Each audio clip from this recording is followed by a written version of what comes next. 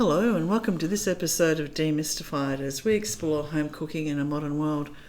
I'm Linda and I'm here with my friend Paul. Hello, Paul. I'm back. You are back. I've missed you. Yeah, bit of a physical breakdown. Yes. But we've gone and got a grease and oil change and we're back up and running. I think it's more than a grease and oil change with Chef back. Yeah. But who knew that was such a thing? But apparently it is. All those years bending over, not good for you, mate. Yeah. Anywho, you're back. I'm back. Not quite. And thank goodness for modern 100%. drugs. But yes, absolutely. Yes, modern drugs. But anyway, yeah, so apologies to anyone that's been waiting to hear a podcast, which is sort of... Oh, well, look, we had a couple that we did and in between everything Easter else, but then this one. So, we're back on track. We're back on track now. So, we fixed our website, which is good.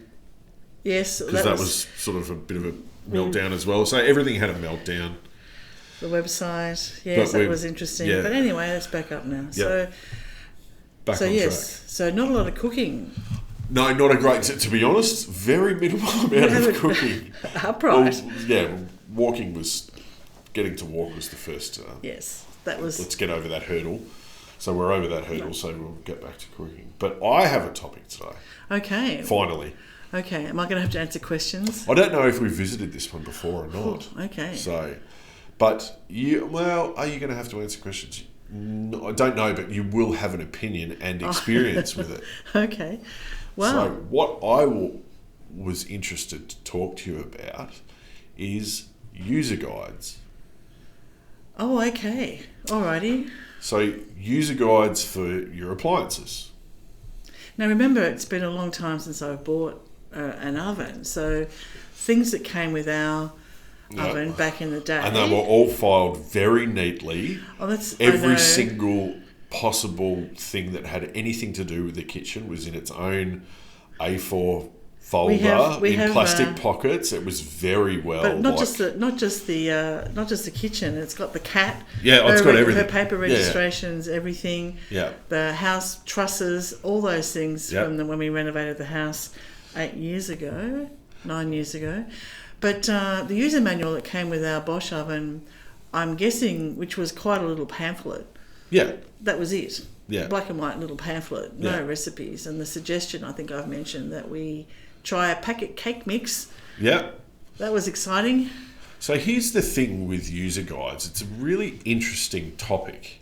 Well, it's interesting for me because I work within the appliance industry. So I get to see not only what they are, but the truth within them, number one. So how valid or true is the information within them? And to a degree, like, what adjustments can you make when you produce a user manual or a user guide? So can you change it over time, number one? Number two, can you... should there be a place where they can be... what's the word I'm looking for? Should there be two versions of them? One is the one that you get in the box and the other is the real version, which you actually can explain what functionality does, how you should use your oven or whatever the appliance is in real world cooking terms.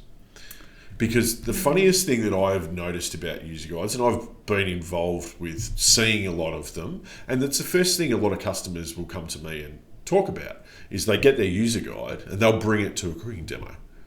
And I may turn around to them and say, well, no, actually you should do it like this. Oh, but the user guide says that.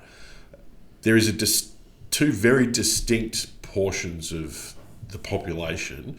Those who have the user guide and don't read it, and those who do and consider it absolute 100% law.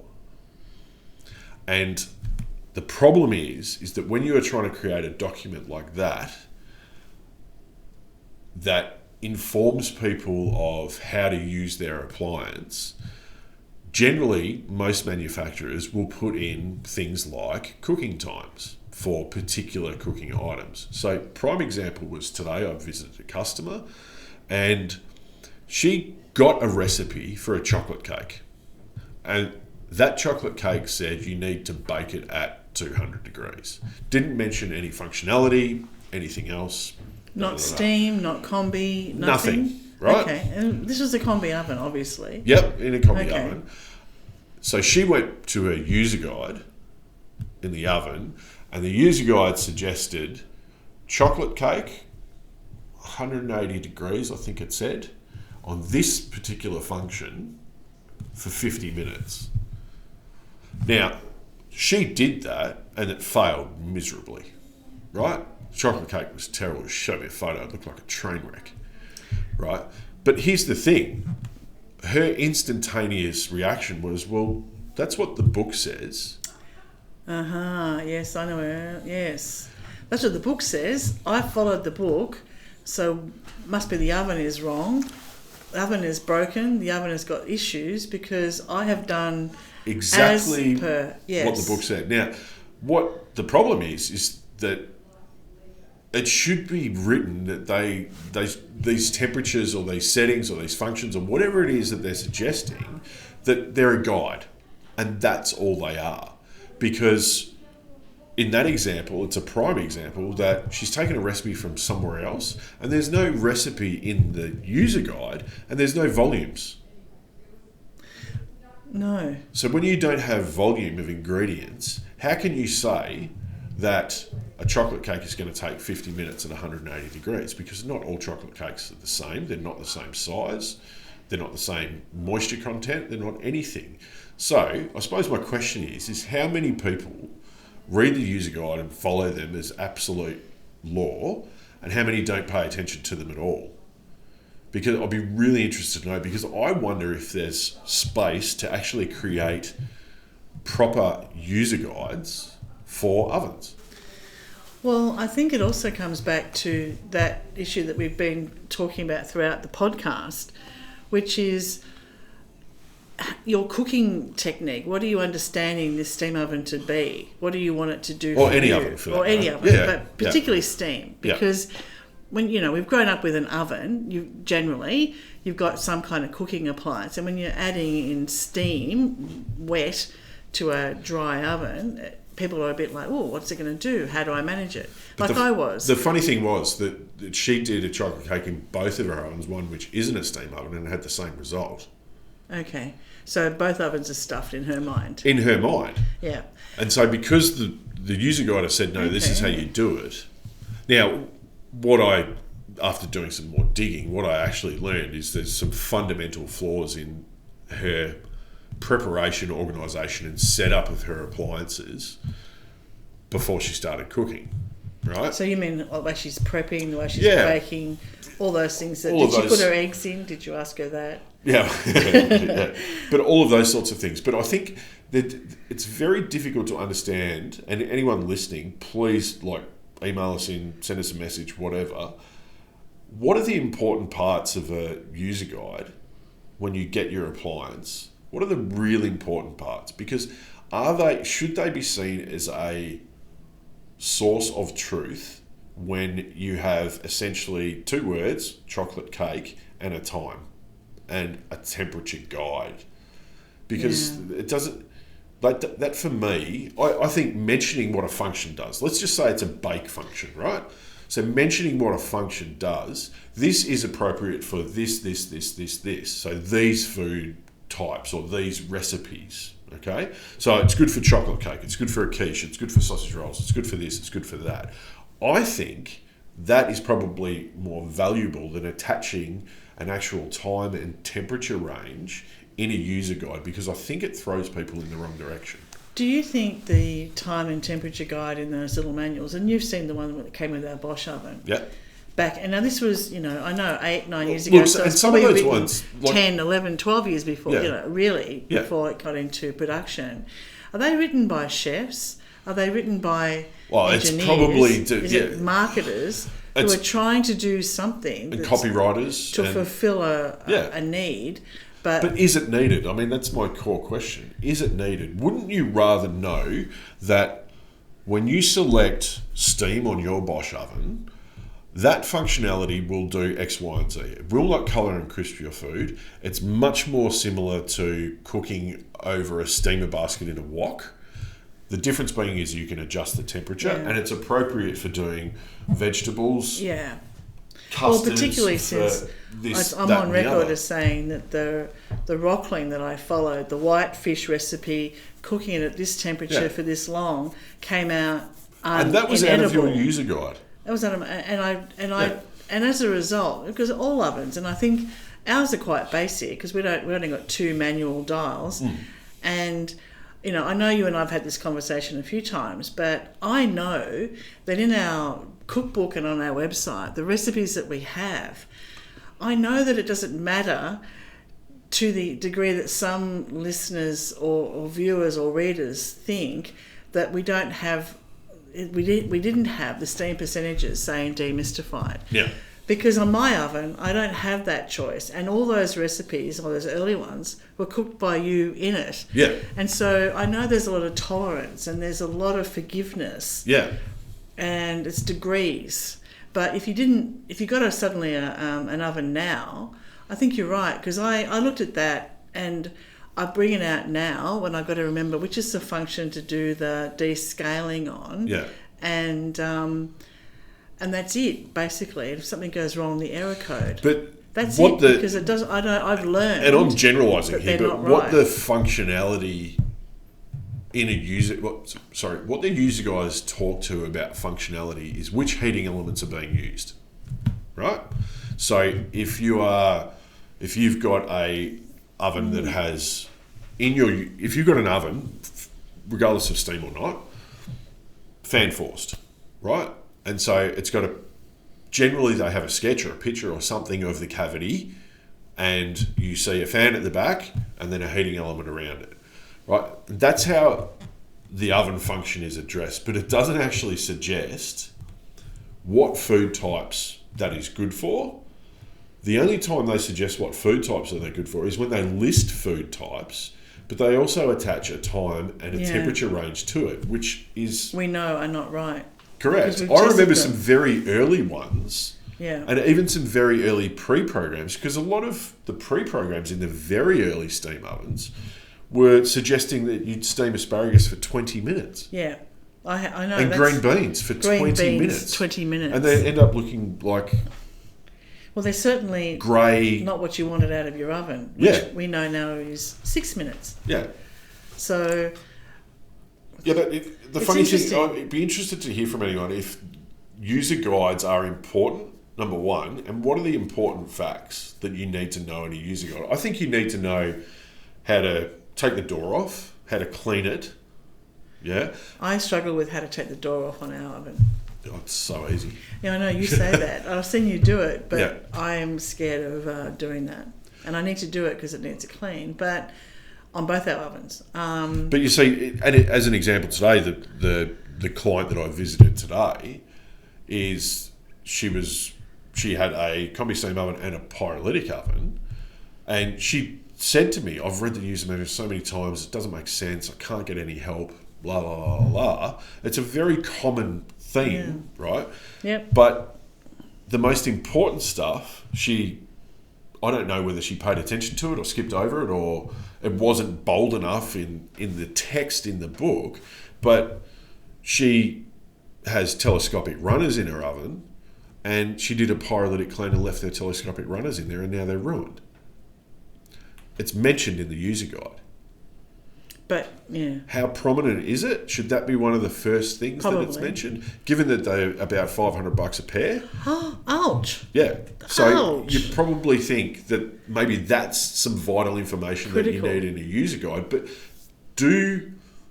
is it the responsibility of manufacturers of appliances to actually tell people a temperature and a time for particular food types in the oven? I know people might want that. And that leads into the next thing about the number of interfaces and the recipes that are in interfaces, because if you look at your user guide and it doesn't necessarily make sense, you go to your oven, turn on the recipe mode for help, and I think that I personally think it leads to a lot of other complexity. But that's me. Yeah. You know, I'm not someone who's going to follow a recipe from a 2-inch screen or a 3-inch screen on an oven. I will follow it from my iPad. Or a cookbook. Or a cookbook. From my iPad, cookbook, or a printout that I've got, whatever. Yeah. But I'm not going to look at a little screen above the oven when it's, shooting steam out at me every 15 minutes in a long cook. So I will... But I still think that's a different part of the but it's all part user of the learning. Experience, right? People, but the user experience is you've got it, you're a bit nervous about it, you're excited, and you go to understand it a bit, and you can't make sense of it. Yeah. You can't make sense of the user manual. You're not sure. Something that we've suggested that you find something that you're really comfortable cooking, and cook it in your oven to give it a go. And yet this lady did that and turned into a chocolate cake that was like a disaster. Yeah. And it was a basic chocolate cake. Had she just put it on steam, well, in a different recipe that maybe our one, and use it as but steam. if the user guide had have informed her that in the scenario that I'm talking about, right, what this particular oven does is, even though you may well select fan forced, right? So let's say you were baking a cake and it's just a regular oven and she selected fan forced, okay? Now, what this particular oven does is it engages the other heating elements in the oven to bring it up to temperature quickly, okay? So while, yes, from the UI perspective, so the user interface perspective, it says fan forced, what's actually happening inside the cavity during the preheat time is the bottom heat elements come on and the top heat elements come on. And we've talked about the importance of preheating before, right? So you've got 3 heat elements on all at the same time to get the oven up to temperature in a shorter amount of time, right? So it's actually good practice, right? Because we know that having a properly preheated oven gives you a better end result. Yeah. But there was no mention of not putting food in while it's in its preheat phase, right? Now, is that something that should be mentioned? Possibly, possibly not. I think it's kind of obvious, given all the lights and bells and whistles that ovens come with, that, okay, wait until it's preheated. But after doing some digging, I can guarantee what's happened is she's prepped her chocolate cake. It's in the tin, waiting to go in the oven. She's now walked over to her oven, turned it on 180 degrees, fan forced or whatever it was, or bake or whatever the function was, and not known that the other heating elements have come on to get some temperature in the oven. And all of a sudden, the top of the chocolate cake is as black as that microphone, because that top heating elements come on, and she doesn't understand what's going on, because how can it get so black and dark on top when I've selected fan forced? Yeah. Now, if in my eyes, I would say, if I'm writing the user guide, I would much rather leave out any suggestion that a chocolate cake should be cooked on this function at this temperature for this amount of time, because I don't know the recipe. I would much rather say, when baking or when cooking, preheat your oven, wait until the red light turns off or it goes beep or does whatever it does, and then insert your food. I think that sort of instruction in a user guide is far more valuable than a manufacturer making a guess about the length of time and the temperature that any chocolate cake should be cooked at. Because if it's a flourless chocolate cake, it's not specifying. A flourless chocolate cake, true. someone can say, oh, I don't do gluten, so I'm having a flourless chocolate cake. Flourless chocolate cake done with almond meal can take up to an hour and 20 minutes. Yet the user guide has just said chocolate cake between 160 and 180 degrees on the bake function. So they follow that, and then they get a bad end result. And what my overall point is that I actually think the user guides, because of the way they're written, hurt the manufacturers. Yeah, I think so too. Because if you've had to go out and do a home visit, she's upset. She's really not happy with her purchase. Yeah. She's not happy with the brand. Not telling her friends happy things at all. All I heard about was her friend who's got another brand that hasn't actually helped her out, which I thought was a bit mean, especially around steam cooking, who's having a great time with her steam oven. Yeah, different levels of cook, different Yeah, levels. no, of absolutely different levels of cook. Still, but I mean, the end result is she's not happy. yeah. And you've had to go out.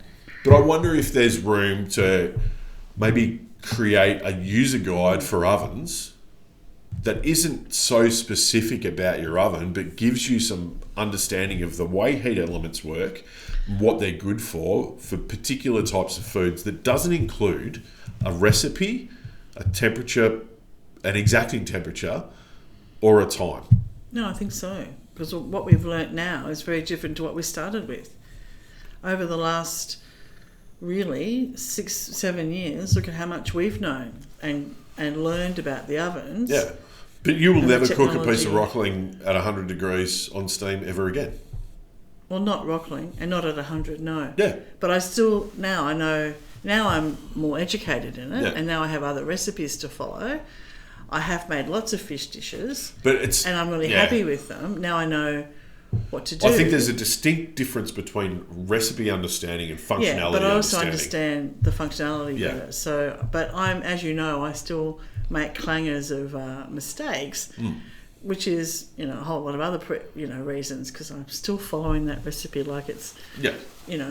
Gospel. absolutely, for most times. But you're right, because I don't use my user manual did not help me at all. I was so confused. And then back then, in 2013, there was nothing other than Rob Sinclair talking about his roast barramundi, Steamed barramundi and roast pork. Yeah. which he didn't show the photos of because I'm sure it didn't come out crispy like he said. Yeah, But that was it, Yeah. and some very minor other ones. So there wasn't an understanding of how it worked,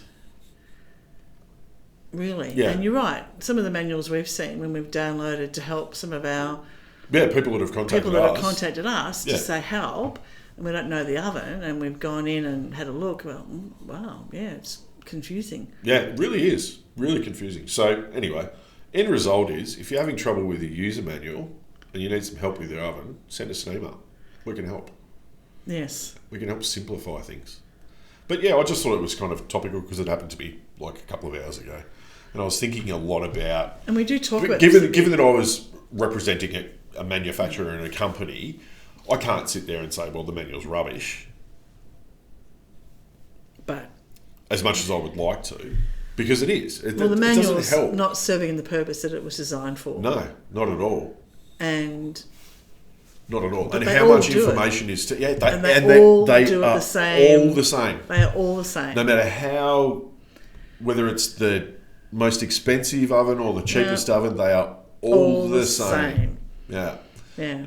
And I think these days, it's people's expectation, especially given the price of appliances, people's expectation is much higher that they should have some information on hand that helps them, especially at the initial stages, because a lot of people aren't... This is, and we've said this before, you don't buy an oven every 2 years. It's every 15 to 20, generally. Yeah. So if you can imagine 20 years from now, right? 20 years from now, what are ovens going to be able to do then? That's right. And I don't have a pyrolytic oven. Yeah.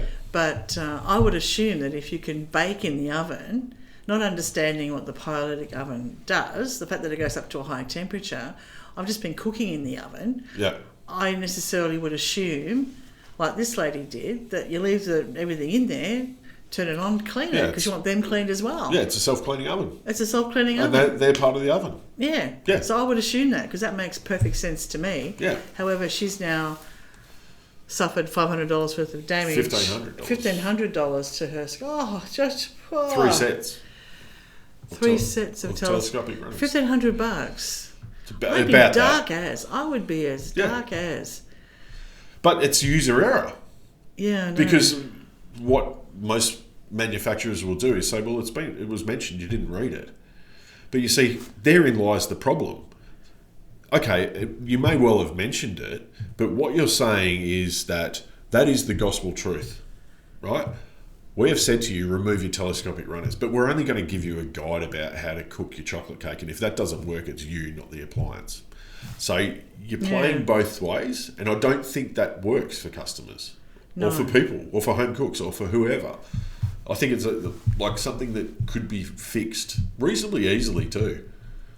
You just need someone that's a good wordsmith that can actually make sense or put things in plain English so people can understand what's appropriate for their type of cooking. Because that's the other one. It's their type of cooking. Yes. But anyway, I just thought it was topical. I thought I might User chat manuals. to about it. Okay. User guides. Manuals. Yeah. User guides. Okay. Well, and the importance of them, or the lack of importance of them. I mean, because a lot of call centres, people ring up and go, I don't know how to use my oven, and the call centre will bring up the user guide and read it back to the person that has the user guide in front of them. I mean, that's a service issue, right?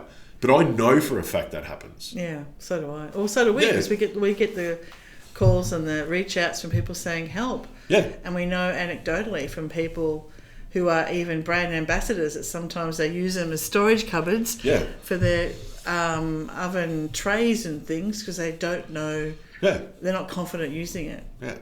So if you need help with your user guide, we can help you make sense of it because it's not complicated, actually. It's actually sounds more complicated than it is, but it's not. Maybe we should have something up on our website. Yeah, well, and that's what I mean. That's something that I've thought about. I don't know how to attack it because originally we thought about downloading every single user guide and put it on the website. But everyone has that. Where's the value? Where's the value in it when the information that's contained within it doesn't actually help you? So anyway, but I just thought it was interesting. It's an interesting sort of thing because I mean, people want. I can understand a bit more people not reading a user. I can understand people reading an install guide for their washing machine, right, or their fridge. You need this connection. You need this. It's got to be level. It's got to be this. It's got to be that. Da, da, da. But you're not really reading the user guide to understand wash cycles because they're kind of on a washing machine, right? But in the case of cooking, it's different. And I think what we've fallen into, when I say we, I mean manufacturers of appliances have fallen into, is assuming that people are like, yeah, I understand how it works.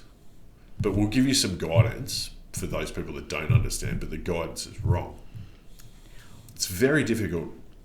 It's a very difficult area to cover completely. And on washing machines, which you just brought up then, I can tell you that we have a washing machine. I forget the brand, but it's just it's German. Oh, is it? Yeah, it's German, and it's front loader. Is it? Okay, probably. Yeah. And I always use the same setting. Yeah. It's like, we've talked about people who just bake everything in the oven goes in 180 for various amounts of time. You know how long your potatoes take. You know how long your roast beef takes from experience. I reckon Dougie and I would use the same setting, and occasionally we flip it down to an extra spin if it hasn't spun properly, or an extra rinse, very rarely, and that's it, the same setting all the time. We never use the delicates or the shirts or the whatever, all those preset ones are. We never use any of those. We just stick it on the same one and fire it up. And I actually think you're probably doing yourself a disservice. Probably. Yeah. Now that I've had this conversation with you on this podcast, I am going to because to give you an example, like we've recently purchased a Flasho dryer. It's got steam functionality and all the rest of it. Yeah. And we are now treating our clothes with the appropriate functionality that is built in not only to the washer but to the dryer as well. And what we are finding is that our clothes have much more longevity just through doing that. So there we are. So it's like selecting the right function for the right dish. Exactly. It's exactly the same. No different, is it? Yeah, no different. It's just that people care a little bit less when it comes to a shirt versus a chocolate cake. Well, you know it's going to get wet, and you know it's going to spin, you know it's going to wash, and you know it's going to come out okay. Yeah. And the rest of them, okay. But a chocolate cake, you kind of want, because you've gone to if you made the shirt, I bet you would treat it differently. Yes. But if you're making the chocolate cake, you don't want it to come out burnt on the top before it's even cooked in the middle. Correct. But anyway, well, thank you for that. User guides. There user we go. guides. And if you need some help, reach out. info@cookingwithsteam.com. We can help you. Take care, everybody. Thanks for listening. Linda will answer all questions. Or maybe not. Take care. Bye, everybody. Bye. Thanks for listening to this podcast as we explore home cooking in a modern world.